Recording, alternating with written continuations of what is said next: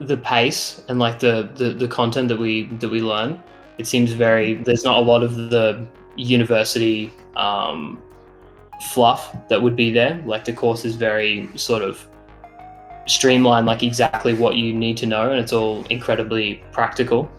The company that I was working at, that was a startup, all of like the really high up managers, the CTO, were all pretty favorable about Coda. My cousin's brother had interns from Coda as well, so it was probably hearing good things from people. Everybody's expectations are going to be different. My expectations were a lot higher than when I got there, but in hindsight, like now that I've finished the course and I'm in my internship, the way that the course is structured is very similar to when you're like in the industry. Sort of circling around a sales job, and I really needed to make the switch, and Coda Academy came along. It was 10 months, it was intensive, it was part-time, and so it fit into my life schedule essentially to be able to upskill. But I always knew I was going to upskill into tech. The internship was a huge draw, and also the time span.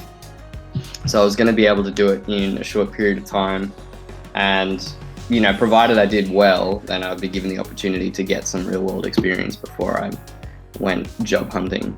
Instituting that sort of sense of camaraderie in the class.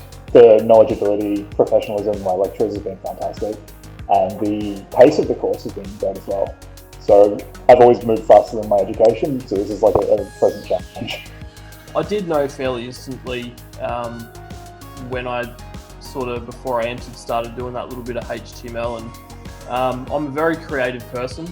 I love creating things and seeing them come to life. And the funny thing about coding is it seems like this really logical thing, and it totally is, but within those constraints that you're sort of given, it's actually quite creative, and not even just on the front end either. Like, I came into Coda thinking I'm going to be like this designer front end guy, and I left obsessed with like functionality and back end and automation, and there's so much creativity like even just in that.